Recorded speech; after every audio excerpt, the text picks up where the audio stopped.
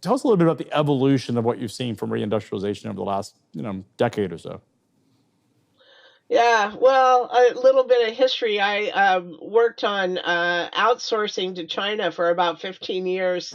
I've been a management consultant for 30 years and had a lot of clients that were very interested in moving to China in particular in the early 2000s, the late 1990s. And so I became pretty good at it and did that for a long time. So I helped a lot of companies offshore with sourcing or manufacturing in China and became a sort of an expert at it. And I wrote a book about sourcing and manufacturing in China that became a bestseller. So everybody wanted to do it. Basically because there was an understanding that it would be cheaper in terms of labor and also operational costs.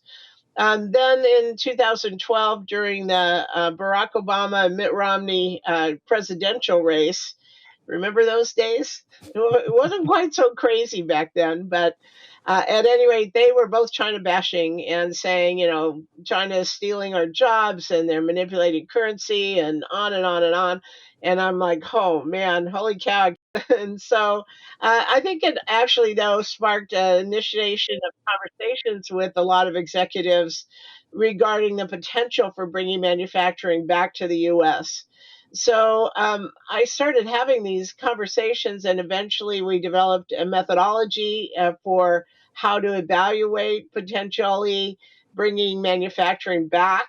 And we started the Reshoring Institute as a result of that. So now, after the pandemic, the reshoring really took off. And I think that's because most companies um, recognized how much risk there is in these long global supply chains. And we're really interested in de-risking those supply chains and trying to figure out how to be in a steady state of production going forward.